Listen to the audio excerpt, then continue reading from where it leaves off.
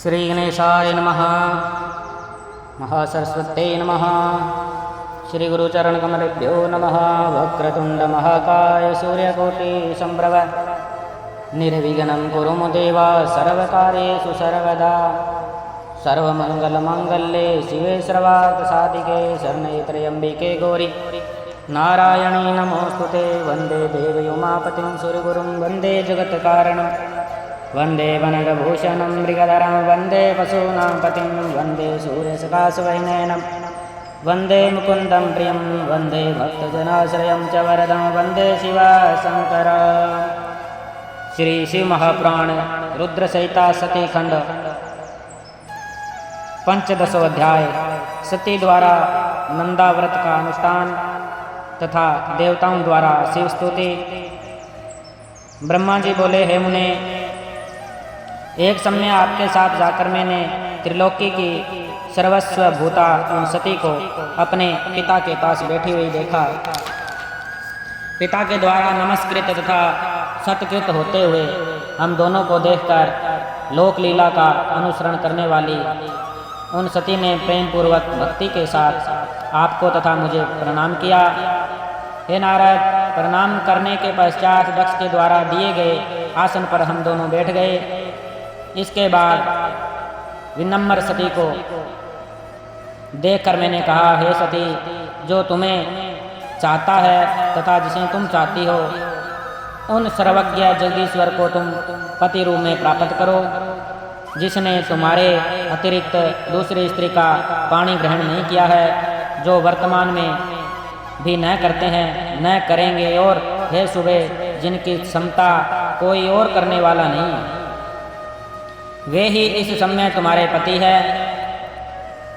हे नारद, ऐसा कहकर कुछ दिन दक्ष के घर निवास कर हम दोनों उससे विदा लेकर अपने अपने स्थान को चले गए। मेरी बात सुनकर दक्ष परम प्रसन्न होकर चिंता रहित हो गए और अपनी कन्या को परमेश्वरी जानकर उनका बड़ा सत्कार करने लगे।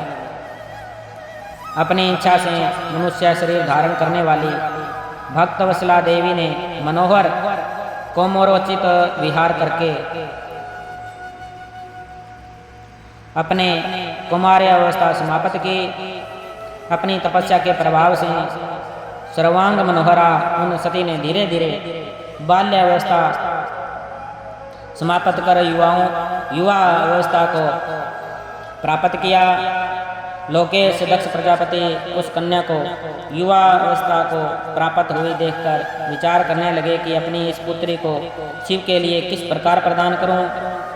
इधर वे सती भी प्रतिदिन शिव को प्राप्त करने की इच्छा करने लगी। पिता के मनोभाव को जानकर वे माता के पास गई।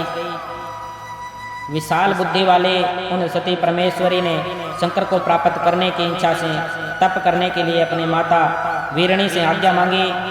तब दृढ़ व्रत वाले वे सती माता की आज्ञा से महेश्वर को पति रूप में प्राप्त करने के लिए घर में ही तपस्या करने लगी। उन्होंने आश्विन मास के प्रत्येक नंदा तिथि, प्रतिपदा, षष्ठी तथा एकादशी में गुड़ भात तथा लवण से भक्ति पूर्वक हर का पूजन किया। इस प्रकार उस मास को बीता दिया।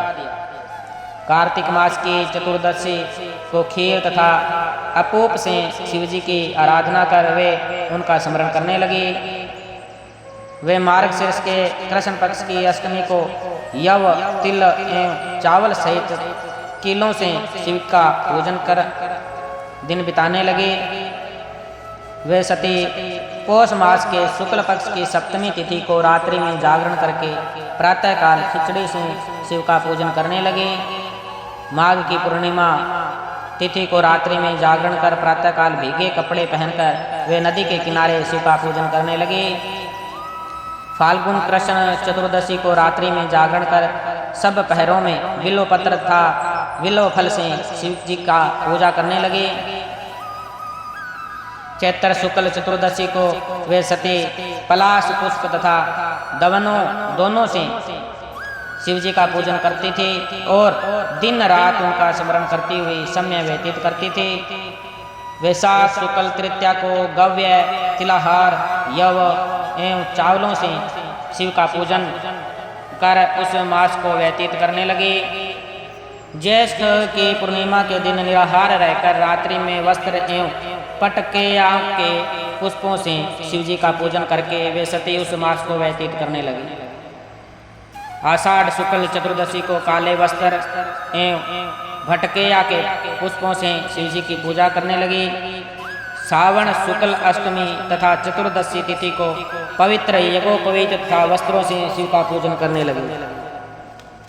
भाद्रपद कृष्ण चतुर्दशी को अनेक प्रकार के पुष्पों तथा फलों से शिव का पूजन करके वे चतुर्दशी तिथि में केवल जल का आहार करती थी।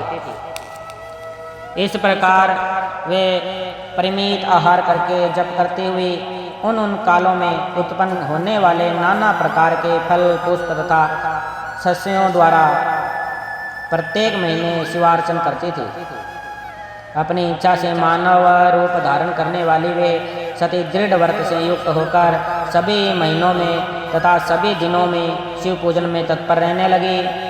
इस प्रकार नंदा व्रत को पूर्ण रूप से समाप्त करके भगवान शिव में अनन्य भाव रखने वाली सती एकाग्रचित होकर बड़े प्रेम से भगवान शिव का ध्यान करने लगी तथा उनके ध्यान में ही निश्चल भाव से स्थिर हो गई।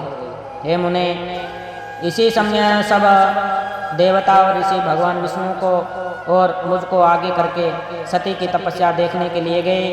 वहां आकर देवताओं ने देखा कि सती मूर्तिमती दूसरी सिद्धि के समान जान पड़ती है। वे उस समय भगवान शिव के ध्यान में निमग्न थी और सिद्धा व्यवस्था में पहुंच गई थी। विष्णु आदि समस्त देवताओं तथा मुनियों ने प्रसन्नचित होकर दोनों हाथ जोड़कर तथा सिर झुकाकर प्रेम पूर्वक सती को नमस्कार किया। इसके बाद अति प्रसन्न श्री विष्णु आदि सब देवता और मुनिगण आश्चर्यचकित होकर सती देवी की तपस्या की भूरी भूरी प्रशंसा करने लगे।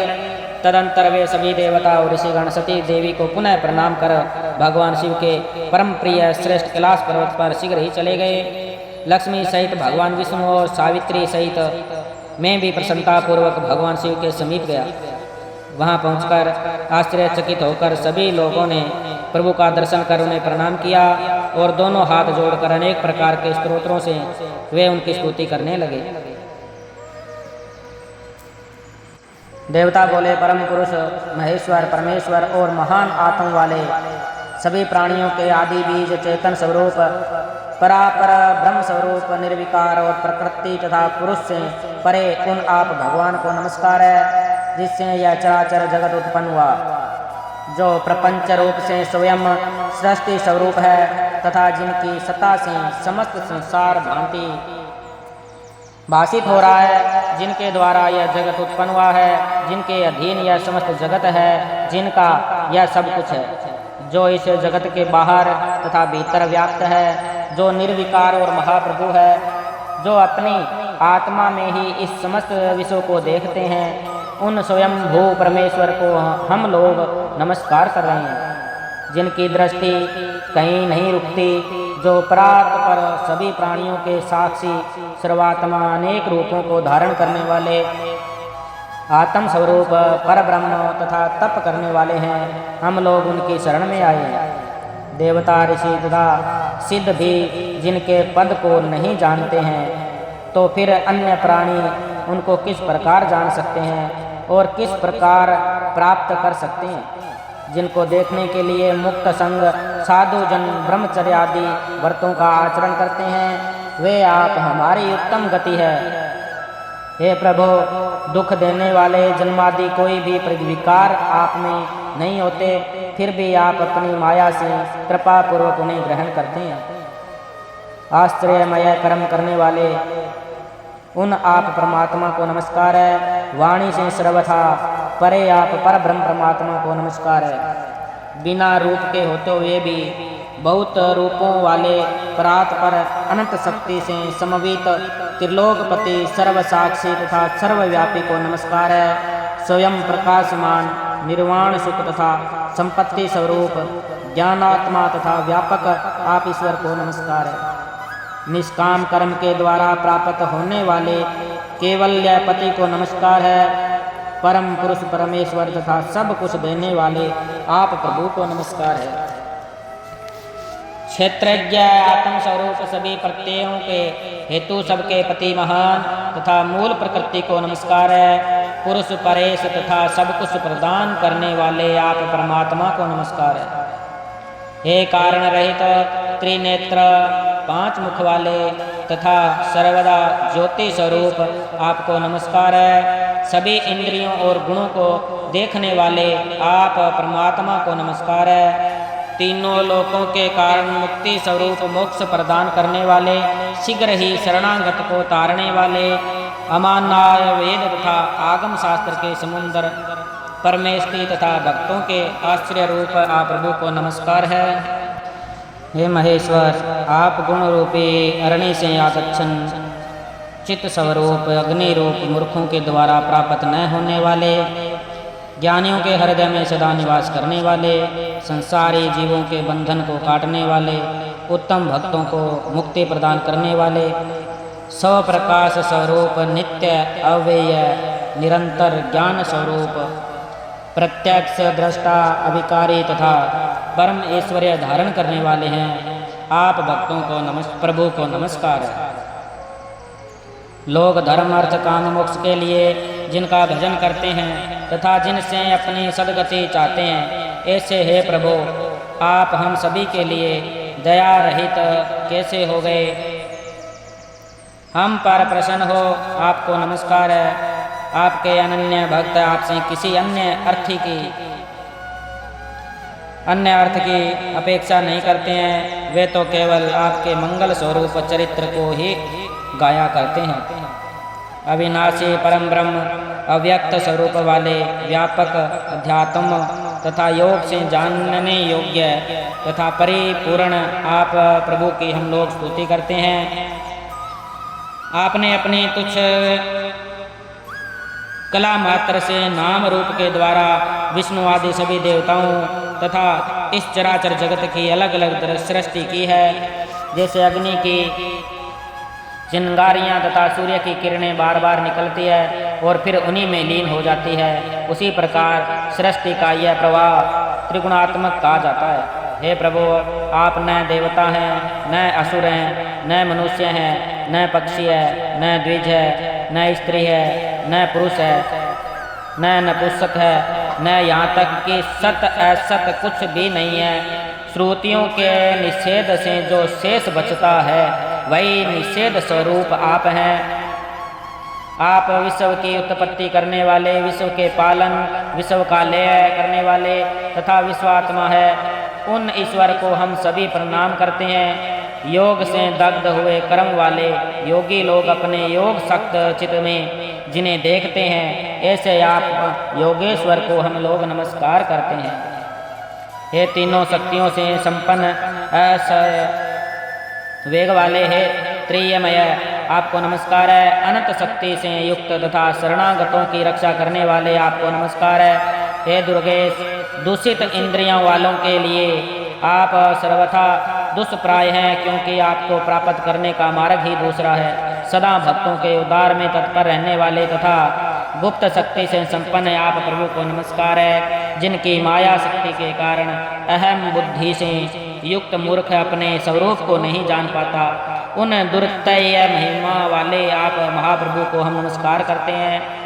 ब्रह्मा जी बोले, हे नारद, इस प्रकार महादेवी की स्तुति करके मस्तक झुकाए हुए विष्णु आदि सभी देवता उत्तम भक्ति से युक्त हो प्रभु शिव जी के आगे चुपचाप खड़े हो गए। बोलिए शंकर भगवान की जय। इस प्रकार श्री शिव महापुराण के अंतर्गत द्वितीय रुद्र संहिता के द्वितीय सती खंड में नंदाव्रत विधि तथा शिव स्तुति वर्णन नामक 15वां अध्याय पूर्ण हुआ।